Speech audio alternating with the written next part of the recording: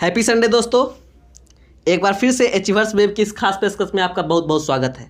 मैं शिवम आज फिर आपके लिए लेकर आया हूं इस वीक के इंपॉर्टेंट करंट अफेयर्स के रिवीजन को। आई होप कि आपका स्टडी बहुत बढ़िया तरीके से चल रहा होगा और आप लोग रोज़ बहुत ही शानदार तरीके से करंट अफेयर्स को पढ़ रहे होंगे। तो बस मैं उसका जल्दी से आपको रिवीजन करवाने आया हूँ। तो चलिए बिना कोई इधर उधर की बातें किए हम लोग डायरेक्ट अपने पहले प्रश्न की ओर आते हैं। हमारा आज का पहला प्रश्न है कि हाल ही में संयुक्त राष्ट्र की मानवाधिकार परिषद की सलाहकार समिति के अध्यक्ष के रूप में चुने जाने वाले पहले भारतीय कौन बने हैं। प्रश्न को ध्यान दीजिएगा। ऐसे आप लोग देख रहे होंगे कि अभी बहुत सारे कार्य हो रहे हैं और उसमें बहुत सारे इंटरनेशनल एजेंसीज है, संस्था है, जिसमें हमारे देश के लोग भाग ले रहे हैं, उसमें अपॉइंट हो रहे हैं। ठीक है, तो इसी कड़ी में एक और बातें हुई है। क्या हुई है? संयुक्त राष्ट्र की जो मानवाधिकार परिषद है उसकी सलाहकार समिति के अध्यक्ष के रूप में एक भारतीय चुने गए हैं, वो भी पहली बार। उनका नाम था अजय मल्होत्रा। ओके, अब हम लोग जानेंगे एक बहुत ही इंपॉर्टेंट प्रश्न को। ये आपसे बार बार पूछा जाता है कि भाई बताओ मानवाधिकार दिवस कब मनाया जाता है। जो विश्व मानवाधिकार दिवस है वो प्रत्येक वर्ष कब मनाया जाता है। तो आप लोग को पता होगा, और नहीं पता है तो प्लीज़ आप लोग पता रखिए कि ये प्रत्येक वर्ष कब मनाया जाता है। तो 10 दिसंबर को। ओके, तो आई होप कि आपको ध्यान रहेगा और ज़्यादा कुछ इसमें बताना है नहीं। संयुक्त राष्ट्र की मानवाधिकार परिषद की पहली बार कोई भारतीय सलाहकार समिति के अध्यक्ष बने हैं। ओके, तो उनका नाम है अजय मल्होत्रा। आप लोग ध्यान रखिएगा। अगले प्रश्न को देखते हैं। अगला प्रश्न हमारा है, अमित शाह द्वारा लॉन्च किया गया पुस्तक राष्ट्र प्रथम 82 वर्षों की स्वर्णिम गाथा में किस अर्धसैनिक बल की कहानी दी गई है। देखिए, इंग्लिश वाले भाइयों बहनों को दिक्कत ना हो इसके लिए प्रश्नों को बाइलिंगुअल रखा गया है। तो आपके लिए मैं इंग्लिश में भी पढ़ लेता हूँ, बाकी आपको आता ही होगा पढ़ने। द बुक राष्ट्र प्रथम the golden saga of 82 years launched by Amit Shah tells the story of which paramilitary force. तो देखिए, आपको तो चारों ऑप्शन ही दिख रहे हैं। मैं थोड़ा सा नीचे स्लाइड करूँगा। ऑप्शंस आपके हैं एसएसबी, बीएसएफ, सीआरपीएफ और सीआईएसएफ। तो इसमें सीआरपीएफ की कहानी दी गई है। कौन लॉन्च किए हैं पुस्तक को? तो हमारे अभी गृह मंत्री कौन है? अमित शाह वो। और पुस्तक का नाम क्या है? राष्ट्र प्रथम 82 वर्षों की स्वर्णिम गाथा, सीआरपीएफ के लिए। ओके, आप लोग ध्यान रखिएगा। और बाकी सीआरपीएफ के बारे में आपको बहुत ही सलीके से उस समय बताया गया था, मैं नहीं बताऊंगा। डायरेक्ट अगले प्रश्न की ओर मूव करते हैं। अगले प्रश्न को हम लोग देख लेते हैं। हाल ही में अंतर्राष्ट्रीय मातृभाषा दिवस कब मनाया गया? काफ़ी इंपॉर्टेंट प्रश्न है। इसे आप जितने मन हो स्टार लगा लो, लेकिन ये काफ़ी इंपॉर्टेंट है, आपके दिमाग में बैठ जाना चाहिए ये प्रश्न कि अंतर्राष्ट्रीय मातृभाषा दिवस कब मनाया जाता है। प्रत्येक वर्ष 21 फरवरी को अंतर्राष्ट्रीय मातृभाषा दिवस मनाया जाता है। चलिए, आप लोग एक छोटा सा मुझ पर एहसान कर दीजिए कमेंट करके कि आपको बताना है कि विश्व हिंदी दिवस कब मनाया जाता है। मैं आपको महीने का नाम बता देता हूँ कि ये जनवरी में मनाया जाता है और अभी हाल फिलहाल में मनाया गया, क्योंकि जनवरी अभी जस्ट पार हुआ है। तो आप लोग बताइए प्लीज़ कमेंट करके कि विश्व हिंदी दिवस कब मनाया जाता है। ओके, तो इस वर्ष का थीम हम लोग जान लेते हैं। अंतर्राष्ट्रीय मातृभाषा दिवस का थीम क्या था? तो फॉस्टरिंग मल्टी, छोड़ी हिंदी में पढ़ता हूँ, शिक्षा और समाज में समावेश के लिए बहुभाषावाद को बढ़ावा देना। ओके, तो बस इतनी सारी बातें थी, आप लोगों को ध्यान में रखना है। ये प्रश्न आपके परीक्षा के दृष्टिकोण से काफ़ी महत्वपूर्ण है और हर एक साल इससे प्रश्न पूछे ही जाते हैं। ओके, काफ़ी पॉपुलर प्रश्न है, तो इसे भी प्लीज़ आप लोग नोट डाउन करके याद रखिएगा। ओके, प्रश्न हमारा है, ऑस्ट्रेलिया ओपन 2021 की वुमेन्स सिंगल्स की विजेता कौन बनी है? तो नाओमी ओसाका जापान की है। इन्होंने अभी हाल फिलहाल में वुमेन्स सिंगल्स मतलब कि महिला एकल का खिताब जीता है ऑस्ट्रेलिया ओपन में। और ये जो 4 विंबलडन होते हैं आपको पता है, ऑस्ट्रेलिया ओपन होता है, उसके बाद फ्रेंच ओपन होता है, फिर विंबलडन होता है, फिर यूएस ओपन होता है। ये 4 होते हैं, मैंने क्रम वाइज ही बताया है। तो सबसे पहला ऑस्ट्रेलिया ओपन होता है और चूंकि ऑस्ट्रेलिया ओपन है तो ऑस्ट्रेलिया में ही होगा। ओके, और बहुत सारी जानकारी आपको दी गई थी इसके बारे में। मैं सीधे सीधे डायरेक्टली ये बताऊंगा कि कौन कौन सी बातें आपसे पूछती है। तो देखिए, चूंकि नाओमी ओसाका, आप लोग सब याद रखिएगा कि नाओमी ओसाका विनर बनी है वुमेन्स सिंगल की ऑस्ट्रेलिया ओपन की, लेकिन ये अब आपसे नहीं पूछा जाएगा। क्यों? क्योंकि आप सभी को याद है, सब तुरंत बनाओगे। तो आपसे क्या पूछा जाएगा कि इसका रनर अप कौन है, मतलब उप विजेता बताइए। तो उप विजेता पर काफ़ी फोकस करना है आप लोगों को। तो उप विजेता जो है जेनिफर ब्रैडी है। ओके, नाओमी ओसाका तो आपको याद ही रहेगा, लेकिन जो उप विजेता है उन पर काफ़ी फोकस करना है। तो उप विजेता आपके लिए काफ़ी इंपॉर्टेंट है। ठीक, और इसी तरह से मेंस सिंगल्स भी हुआ, जो आपका अगला प्रश्न है कि who became the winner of men's open singles in Australia 2021। तो जो पुरुष एकल का खिताब किसने जीता है? तो हर एक वर्ष की भांति नोवाक जोकोविच। मैं ऐसा इसलिए कह रहा हूँ कि ये शायद 9वीं बार जीते हैं। ओके, और नोवाक जोकोविच जो भी है टॉप पर हैं रैंकिंग में, ये भी बात भी आपको पता ही होगी। और इनका ये ओवरऑल 18वां ग्रैंड स्लैम है। ठीक, और इसी प्रकार जिस प्रकार अभी आपने महिला एकल का रनर अप देखा, उसी प्रकार इनका रनर अप भी आप ध्यान रखिएगा कि पुरुष एकल में रनर अप कौन रहा था, तो डेनियल मेदवेदेव। तो इतनी सारी बातें, 4 पॉइंट। महिला में जीती कौन, रनर अप कौन रही, ओके, और पुरुष में कौन जीता और कौन रनर अप रहा, ये चारों बात आप लोग ध्यान रखिएगा, काफ़ी इंपॉर्टेंट है, ओके। और ज़्यादा रनर अप की ही पूछे जाने की संभावना होती है, साथ ही साथ इसके देश को भी आप लोग को ध्यान रखना है। अगला प्रश्न हमारा है, पर्यावरण मंत्री श्री प्रकाश जावड़ेकर द्वारा किस राज्य केंद्र शासित क्षेत्र में अटल पर्यावरण भवन का उद्घाटन किया गया है? तो अटल पर्यावरण भवन आप लोग लक्षद्वीप में जाइए, ओके, जम्मू कश्मीर और लद्दाख में नहीं जाना है। हालांकि ये काफ़ी ज़्यादा चर्चित रहता है, हमेशा कुछ ना कुछ होते रहते हैं, लेकिन अभी जो पर्यावरण मंत्री हमारे कौन है, प्रकाश जावड़ेकर जी है, उनके द्वारा लक्षद्वीप में अटल पर्यावरण भवन का उद्घाटन किया गया है, ओके, ध्यान रखिएगा आप लोग। चलिए हम लोग थोड़ी सी बातें लक्षद्वीप की कर लेते हैं। लक्षद्वीप की बातें ज़्यादा हुई नहीं है क्योंकि ये ज़्यादा न्यूज़ में रहता नहीं है, तो आप लोग इसके बारे में कुछ कुछ फैक्ट्स जानते चलिए जो कि बराबर आपके एग्जाम्स में पूछे जाते हैं। इंडिया में तीन चैनल हैं, ठीक है, 8 degree channel, 9 degree channel, 10 degree channel. तो 10 डिग्री चैनल जो है वो अंडमान निकोबार में, उससे हमें कोई लेना देना नहीं है। बस 2 चैनल है, एक 8 डिग्री चैनल है और एक 9 डिग्री चैनल है। तो ये आपको ध्यान रखना है कि किसके किसके बीच है, बराबर पूछे जाते हैं। या फिर पूछा जाता है कि 9 डिग्री चैनल किसको किसको जोड़ता है, इस तरह से प्रश्न आपके बनते हैं, ओके। तो आप लोग सबसे पहले 8 डिग्री चैनल के बारे में जानिए कि 8 डिग्री चैनल जो है किसको किसको जोड़ता है। तो 8 डिग्री चैनल जो है सबसे नीचे आइए, मालदीव और जो हमारा मिनिकॉय आइलैंड है लक्षद्वीप का, उसको जोड़ता है, किसको, मालदीव और मिनिकॉय को, ओके। अब 9 डिग्री चैनल की बात हम लोग कर लेते हैं। तो बीच में आ गया मिनिकॉय, तो 9 डिग्री चैनल मिनिकॉय से कवरत्ती को जोड़ता है, किसको, मिनिकॉय से कवरत्ती को, ओके। तो आप लोग ध्यान रखिएगा, 8 डिग्री चैनल मालदीव मिनिकॉय और 9 डिग्री चैनल मिनिकॉय कवरत्ती। और लक्षद्वीप की एक और बात है जो आपसे बराबर पूछी जाती है कि बताओ लक्षद्वीप का सबसे बड़ा द्वीप कौन सा है? तो लक्षद्वीप की सबसे बड़ा द्वीप जो है एंड्रोट आइलैंड है, ओके। और 10 डिग्री चैनल के बारे में तो आपको पता ही है, इसके बारे में आप लोग क्यों सवाल कर रहे हो, चलिए मैं बता ही देता हूँ। 10 डिग्री चैनल जो है हमारा कार निकोबार और लिटिल निकोबार के बीच में है, किसके बीच, कार निकोबार और लिटिल निकोबार के बीच, ओके। तो इतनी सारी बातें लक्षद्वीप और थोड़ी सी बातें अंडमान निकोबार के बारे में भी हो गई। चलिए अब अगले प्रश्न को देखते चलिए कि हाल ही में किस राज्य के द्वारा पहला पेपरलेस बजट पेश किया जाएगा? अब चूंकि डिजिटल का ज़माना आ गया है तो सबसे पहले केंद्र सरकार द्वारा हुआ, लेकिन राज्य में यदि सबसे पहले पूछा जाए तो उत्तर प्रदेश में। कहाँ? उत्तर प्रदेश में। और इसके बाद दूसरा राज्य बना है राजस्थान। हालांकि पूछेगा नहीं, मैं ऐसे ही आपको बता दिया। तो बस इतनी सारी बातें और ज़्यादा कुछ नहीं इसके बारे में। योगी आदित्यनाथ के नेतृत्व वाली उत्तर प्रदेश, ये सारा बात हो गई। अगले प्रश्न को देखिए आप लोग कि हाल ही में किस राज्य या केंद्र शासित प्रदेश में विंटर कार्निवाल का आयोजन हुआ? In which state union territory was the winter carnival organised recently? तो अभी हाल फिलहाल में लद्दाख में विंटर कार्निवाल का आयोजन हुआ है। लद्दाख का एक फैक्ट काफ़ी इंपॉर्टेंट है, आप लोग ध्यान रखिएगा। लद्दाख के बारे में तो आपको पता ही होगा कि 31 अक्टूबर 2019 से ये केंद्र शासित प्रदेश बन गया है, ओके। और एक बात आपको क्या पता है कि लद्दाख में 2 ही ज़िले हैं, हालांकि एरिया में ये सबसे बड़ा है यूनियन टेरिटरी में, लेकिन लद्दाख में 2 ही ज़िले हैं, कौन कौन? लेह और कारगिल, ओके। तो इन्हीं ज़िलों में अभी विंटर कार्निवाल का आयोजन हुआ है और ज़्यादा कुछ नहीं इसके बारे में। अगले प्रश्न की ओर हम लोग बढ़ेंगे। अगला प्रश्न हमारा है 1 करोड़ कोविड-19 वैक्सीन देने वाला दूसरा सबसे तेज देश कौन बना है? तो अपना भारत अपने साथ साथ पूरे देश में, पूरे विश्व में सप्लाई कर रहा है कि ले जाओ सब फ्री वैक्सीन मैत्री के तहत, ओके। तो इसकी सराहना भी हो रही है पूरे देश में। अभी आप लोगों ने न्यूज़ पढ़ा, मैं कल एक न्यूज़ पढ़ रहा था कि WHO इसकी सराहना कर रहा था कि हाँ भाई बहुत बढ़िया काम कर रहा है। चलिए अच्छी बात है, हम लोगों को खुशी महसूस होती है दूसरों की हेल्प करने में। और ये थोड़ा सा एक सोची समझी कूटनीति है जो आपको बाद में समझ आएगा कि ये क्यों ऐसा हो रहा है, ओके। ये मोदी जी जो है ना सिर्फ बाहरी रिश्ते बनाए रखने में अपना दिमाग लगाते चल रहे हैं। अब अगले प्रश्न को देखिए, और कुछ नहीं ज़्यादा इसके बारे में कि 82वीं राष्ट्रीय टेबल टेनिस चैंपियनशिप में एकल खिताब किसने जीता है? तो अभी टेबल टेनिस की शानदार प्लेयर हैं हाल फिलहाल में मनिका बत्रा जी। इन्होंने राष्ट्रीय टेबल टेनिस चैंपियनशिप में एकल खिताब जीता है। और मनिका बत्रा या फिर खेल से मुझे याद आया, आप लोगों के लिए काफ़ी इंपॉर्टेंट वीडियो लाया जाएगा अगले 1 सप्ताह के भीतर। क्या रहेगा कि जो इम्पोर्टेंट अभी SSC के सारे एग्जाम्स होने बाकी हैं, तो इस वर्ष, और आपको पता होगा कि GS के एक सेट में, मतलब GS के हर एक सेट में एक प्रश्न पूछता है कि ये खिलाड़ी किस खेल से संबंधित है।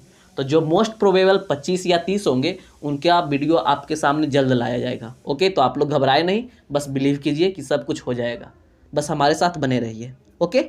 अब अगले प्रश्न को हम लोग देख लेते हैं कि हाल ही में कौन सा राज्य दूसरे खेलो इंडिया यूनिवर्सिटी गेम्स की मेजबानी करेगा।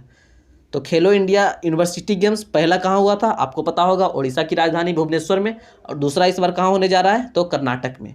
और खेलो इंडिया यूथ गेम्स 2021 का कहाँ होगा बताइए आप लोग। यस, बहुत सही जवाब, रोहतक, हरियाणा। वाह, आप लोगों को बहुत सारा चीज़ याद है। अब अगले प्रश्न को देखते हैं हम लोग कि 6 दिवसीय खजुराहो नृत्य महोत्सव कब शुरू किया गया है। तो देखिए, ये कब शुरू किया गया ये आपसे कभी भी एग्जाम में नहीं पूछेगा। तो क्या पूछेगा कि जो खजुराहो नृत्य महोत्सव होता है वो किस राज्य में चलता है, या फिर खजुराहो जो है वो किस राज्य में है। और ये तो आपको पता होगा, हमेशा आप लोग जानते हैं कि खजुराहो कहाँ है, मध्य प्रदेश में। ओके, ये वर्ल्ड हेरिटेज साइट भी है। ओके, चले अगले प्रश्न की ओर। नहीं, थोड़ा सा एक बात और जानिए, यह जो महोत्सव है यह पिछले 44 वर्षों से हो रहा है। ये जो खजुराहो का मंदिर है ये हिंदू मंदिरों के साथ साथ जैन मंदिरों के लिए भी जाना जाता है। और हाँ, एक बात और मुझे याद आ गया, जितने भी वर्ल्ड हेरिटेज साइट हैं अभी इंडिया में, उससे संबंधित एक वीडियो ऑलरेडी लाया जा चुका है। तो प्लीज़ आप लोग जाकर उस वीडियो को देखकर लाभान्वित हो, लेकिन इसके बाद। ओके, अब अगले प्रश्न को देख लेते हैं कि हाल ही में किस खाड़ी देश का मतलब गल्फ सिटी का मतलब तेल उत्पादक देश, जो ईरान, इराक, ओमान, ये सारे हैं। ओके, तो हाल ही में किस खाड़ी देश ने महिलाओं के लिए सेना में भर्ती का रास्ता खोल दिया है। तो सऊदी अरबिया ने कहा कि सशस्त्र सेना में अब महिलाएं भी शामिल हो सकती हैं, कोई दिक्कत नहीं है। ओके, तो बस अब बहुत सारे नियम परिवर्तित हो रहे हैं, नियम में उदारता लाया जा रहा है। पहले जो मध्य एशिया के ये सारे देश थे, मुस्लिम देश थे, इसमें जो है बहुत कठोर सख्त कानून थे। अब धीरे धीरे सब उदारवादी नीति अपनाते जा रहे हैं। तो इसी कड़ी में सऊदी अरबिया आगे आया और बोला कि चलो हमारे सेना में, हमारे सशस्त्र सेना में अब महिलाएं भी ज्वाइन हो सकती हैं। अगला प्रश्न है कि भारत का पहला वर्चुअल टॉय फेस्टिवल की शुरुआत कब होगी। ये तो हो चुकी है, कब, कल ही। ओके, तो भारत का पहला वर्चुअल टॉय फेस्टिवल की शुरुआत कल ही की जा चुकी है नरेंद्र मोदी के द्वारा, भाइयों बहनों। ओके, तो ज़्यादा कुछ इसके बारे में नहीं, क्योंकि नरेंद्र मोदी अभी कुछ सुन नहीं रहे हैं। हम लोग इतना कोशिश किए कि भाई कम से कम थोड़ी सी हमारी बातें सुन लीजिए, लेकिन नहीं, उनके कान पर जू नहीं रेंगना है। और वैसे उनको सब पता है, ये अभी बिजी हैं किधर, वेस्ट बंगाल में। और आपको पता होगा कल ही चुनाव आयोग के द्वारा घोषणा की गई थी, सॉरी कल नहीं परसों, कि 5 राज्यों में चुनाव होंगे। तो एक बात और काफ़ी इंपॉर्टेंट है कि उसके रिजल्ट कब आएंगे, तो जब रिजल्ट आएंगे तब। लेकिन बस एक बात ध्यान रखिएगा आप लोग, 2 जून को रिजल्ट आने वाले हैं।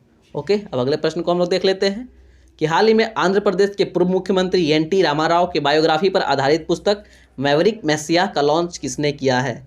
तो एक पुस्तक है जिसका नाम है मैवरिक मैसिया। ओके, और ये किस पर बेस्ड है, आंध्र प्रदेश के पूर्व मुख्यमंत्री एन.टी. रामाराव। तो इसकी लॉन्चिंग उपराष्ट्रपति एम वेंकैया नायडू द्वारा की गई है। ओके, देखिए, एक पुस्तक है आई एम नो मैसिया जो कि सोनू सूद की है, और एक है मैवरिक मैसिया जो कि पूर्व मुख्यमंत्री एन.टी. रामाराव की बायोग्राफी है, आंध्र प्रदेश के हैं। ओके, तो आप लोग कंफ्यूज नहीं होइएगा, इसका इसमें नहीं कीजिएगा। ओके, अब थोड़ी सी कुछ बातें आप लोग उपराष्ट्रपति के बारे में जानिए। देखिए, वैसे इंडिया में जो उपराष्ट्रपति है उसका कोई अपना कार्य नहीं है। वो किस रूप में कार्य करता है, तो राज्यसभा के सभापति के रूप में कार्य करता है, और उसको वेतन भी इसीलिए दी जाती है। बस उपराष्ट्रपति का पद इसलिए बनाया गया है ताकि आदमी खुश रहे। ओके, ज़्यादा हल्ला हंगामा ना करे, तो बस ये बात है। तो और थोड़ी सी बात उपराष्ट्रपति की हो रही है, तो एक बात और आपको जानना चाहिए कि उपराष्ट्रपति के बारे में हमारे संविधान के किस अनुच्छेद में लिखा है। तो हमारे संविधान के आर्टिकल 63 में है, किसमें, अनुच्छेद 63 में। तो आप लोग ध्यान रखिएगा। और जो उपराष्ट्रपति का पद है ये कहाँ से लिया गया है, अमेरिका से लिया गया है। ओके, तो इतनी सारी बातें तो आपको पता ही होगी, बाकी इसके निर्वाचन, ये सारी बातें आपको पता होगा। तो ज़्यादा डीपली नहीं, बस इतनी कुछ बातें को जानते चलिए धीरे धीरे, नहीं तो ज़्यादा हो जाएगा एक दिन। अगले प्रश्न को हम लोग देख लेते हैं कि कोविड-19 को रोकने के लिए उत्तर प्रदेश के कौन से जिला को प्रशासन को स्कॉच गोल्ड अवार्ड से सम्मानित किया गया। पिछले वीडियो में मैंने डिस्कस किया था कि स्कॉच गोल्ड अवार्ड से किस स्टेट को सम्मानित किया गया है, और इस वीडियो में आप लोग जानिए कि किस जिला प्रशासन को स्कॉच गोल्ड अवार्ड से सम्मानित किया गया है। तो अयोध्या को।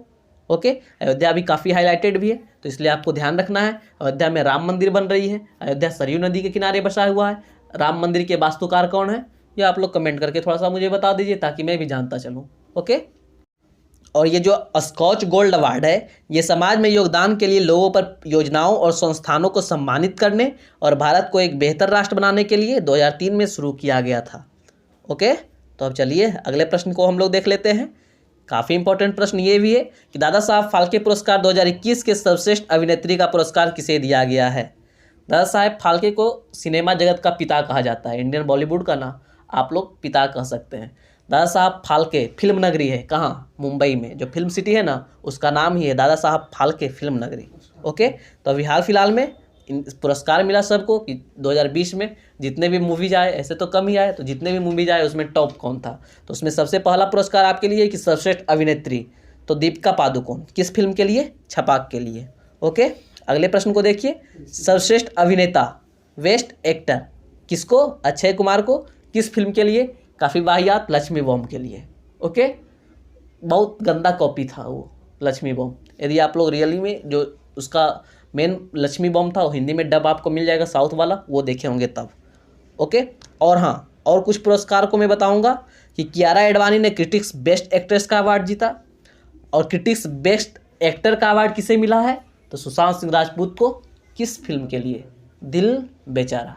ओके, और सुष्मिता सेन को best actress web series, Sushmita Sen को वेब सीरीज में बेस्ट एक्ट्रेस का अवार्ड मिला है, और बेस्ट एक्टर का अवार्ड किसे मिला है, तो हमारे बॉबी देओल को, आश्रम के लिए, काशीपुर वाले बाबा।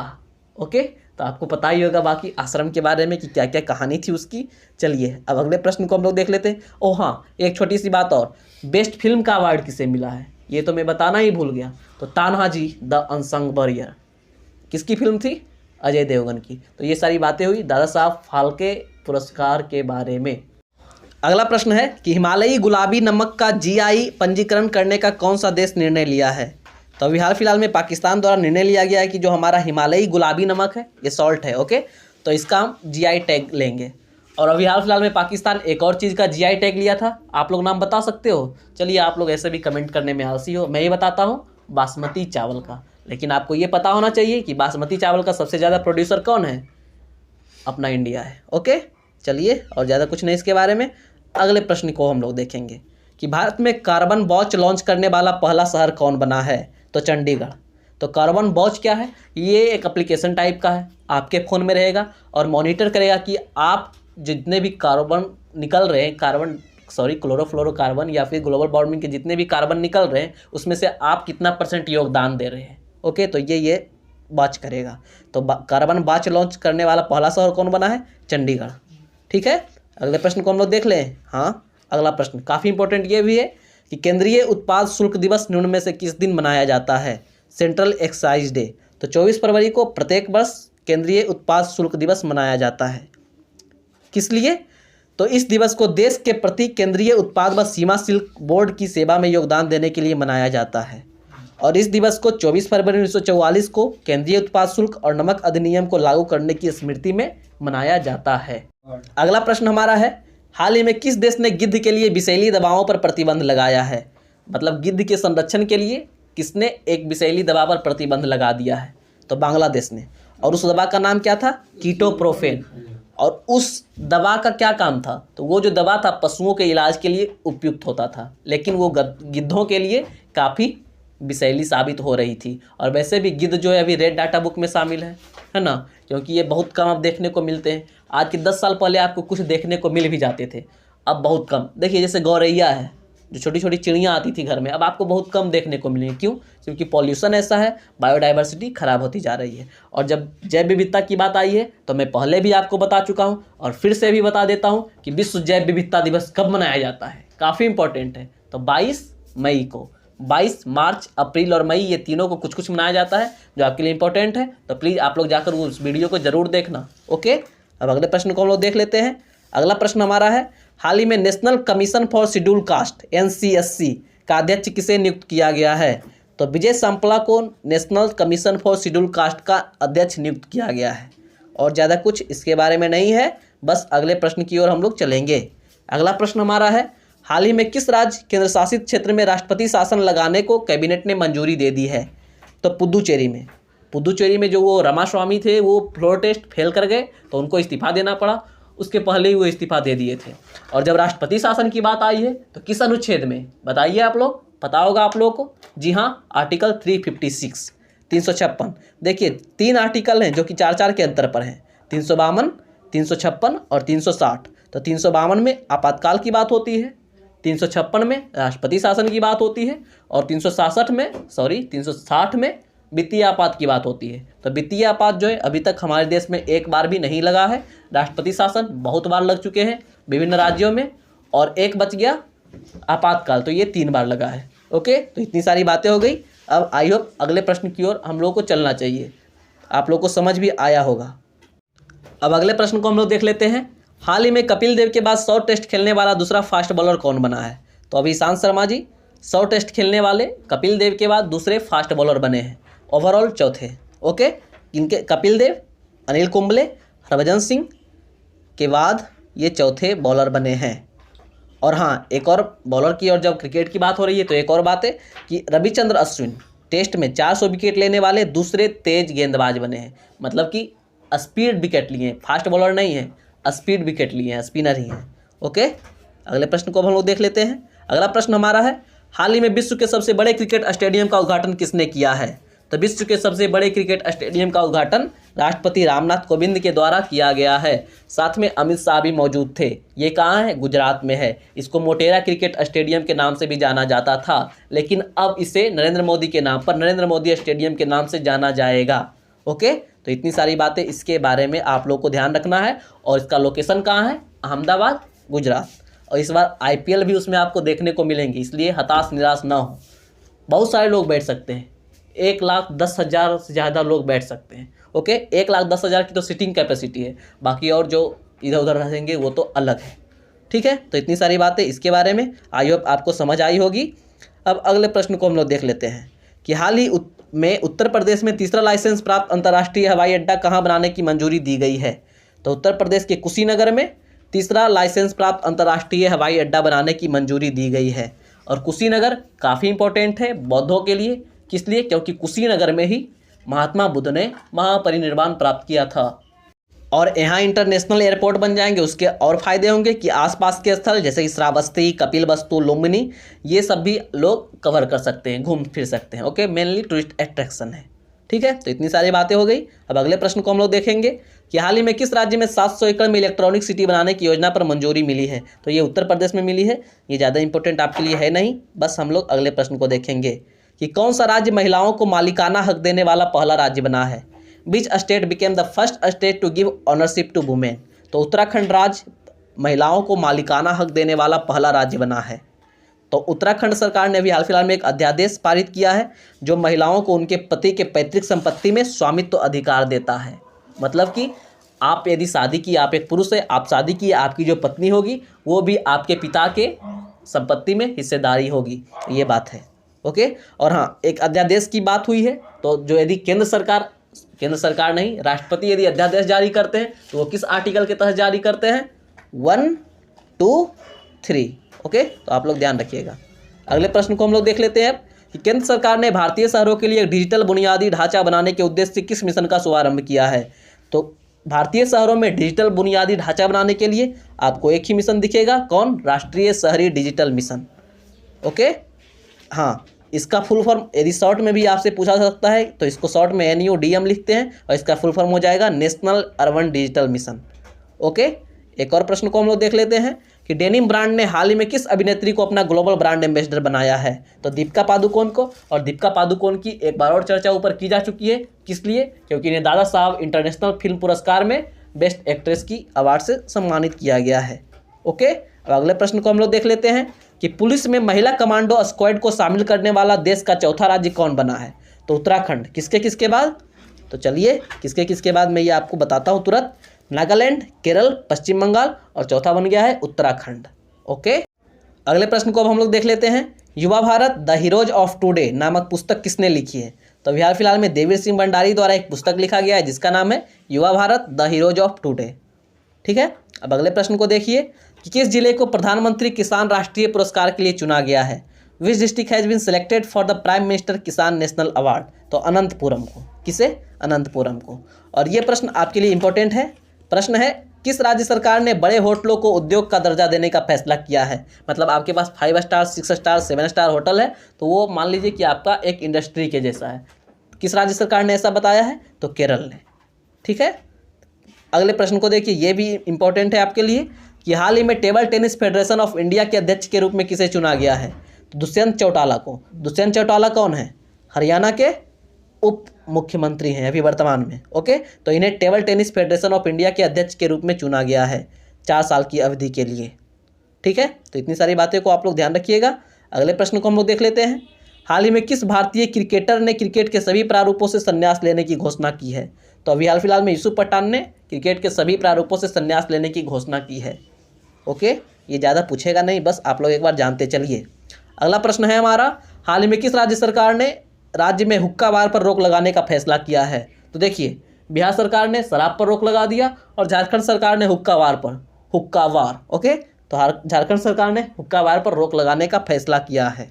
अब देखिए कितनी देर यह सही रहता है, किस तरीके से चलता है। इसमें और क्या क्या हुआ है कि अगर कोई व्यक्ति हुक्का बार चलाते हुए पकड़ा गया तो उसे अधिकतम 3 साल की सजा या 1 लाख रुपए जुर्माना भरना होगा।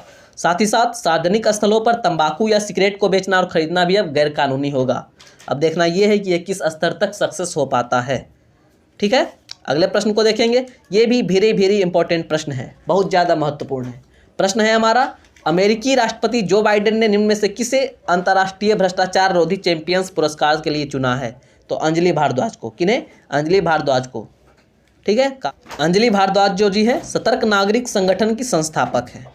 तो ये काफ़ी इंपॉर्टेंट है और ये ऐसा हो सकता है कि आगे आने वाले समय में ये नाम आपको बहुत बार देखने को मिल जाएंगे।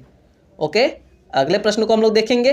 किस राज्य को प्रधानमंत्री किसान सम्मान निधि योजना को बेहतर ढंग से लागू करने के लिए राष्ट्रीय स्तर पर प्रथम सम्मान प्राप्त हुआ है? तो किसे?